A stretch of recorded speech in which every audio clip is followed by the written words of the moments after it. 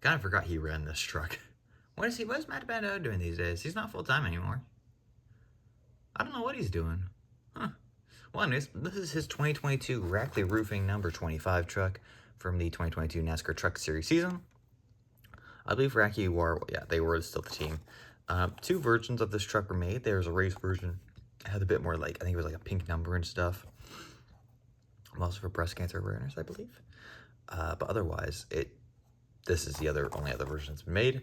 And those are the only 225 trucks so far produced. Now, with Ram in NASCAR now, I bet you we'll get a lot more. But as of now, these are the only two. And I only have one of them. But I prefer the clean version than the race version. So let's get this thing out of the box and take a look at it. All right, truck, I guess, is out of the box. It's a pretty clean scheme, actually, right? Like, I don't mind the colors. It's simple. It's nice. A little bit NASCAR heat-looking paint scheme, but again, like I said, it works for this truck for sure. It just kind of looks like a weird truck to say this is. It just looks like a weird scheme to say this is a Matt DiBenedetto truck or scheme. All right, it just doesn't look like one, honestly. But take a look otherwise at the sponsors and everything on this car. On the front dude, you have Rackley Roofing, Camping World, Chevrolet, 25, Simpson, Airpiece, Sunoco, Rackley War. Is it W-A-R? Is it Rackley War? Is that how you pronounce it? I don't know. We're going to call it Rackley War because it's easier to pronounce. Anyways, there's that logo there. Goodyear on the tire fender. On the contingency sponsors, we have NASCAR Race Truck, NASCAR Camping World Truck Series, Cosmetics, Holly, Tilton, Calcid, or Calico? Yeah.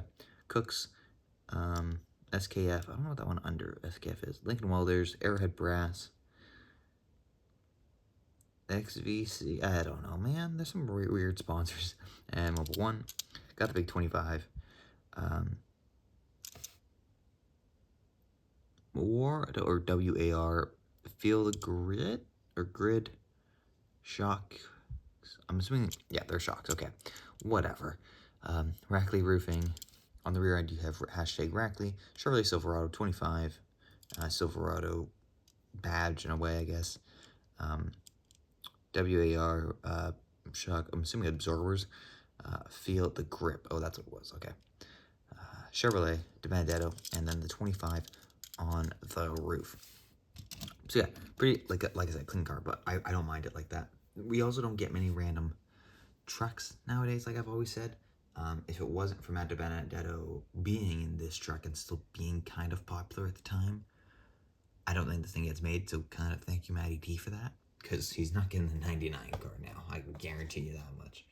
But yeah, we don't usually get many random trucks, right? At 2023 at Talladega, we got the Brett Moffitt because of that. So kind of two trucks were made off of drivers who won races as well that are still kind of popular. Who won the 2024 truck race?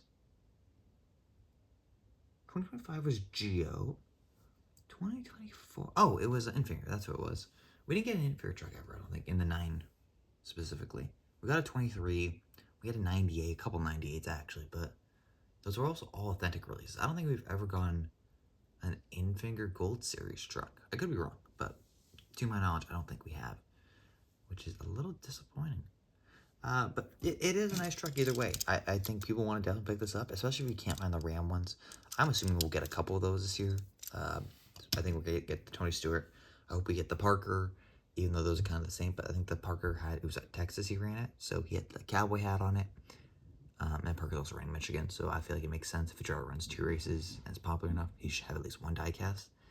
And the one Pastrana is running at the Coca-Cola 600, that one I think also will be produced, because it's by far the most different of the 25 truck schemes that have been made this year, right? So those 3 for sure. I think if we get 3 25 trucks, that's enough. I don't think we need any more, or else we're just overproducing. It'd be hilarious if Lionel makes one for every single driver, but I doubt they will, because we got a couple random guys right in the field. So yeah, I wouldn't look at it too much, but at the time I wanted 25 trucks just to kind of complete the truck lineup as well from prior to 2026. Yeah, I just want to make sure. Is it 2026? Yeah.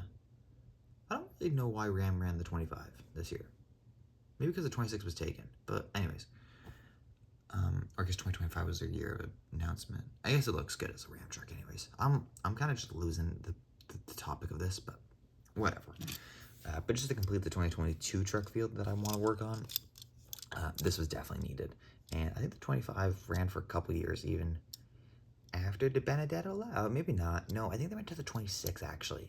With, well, this year they're running the 26 with, what's his face? Oh, I'm not going to be able to remember it. The only 26 truck I have is Tyler Ankrum, I think, from 2021. Oh, crap. Who's ran the 26 this year? I have his, like, face in my mind right. I know who it is. I just don't know. I can't remember the name.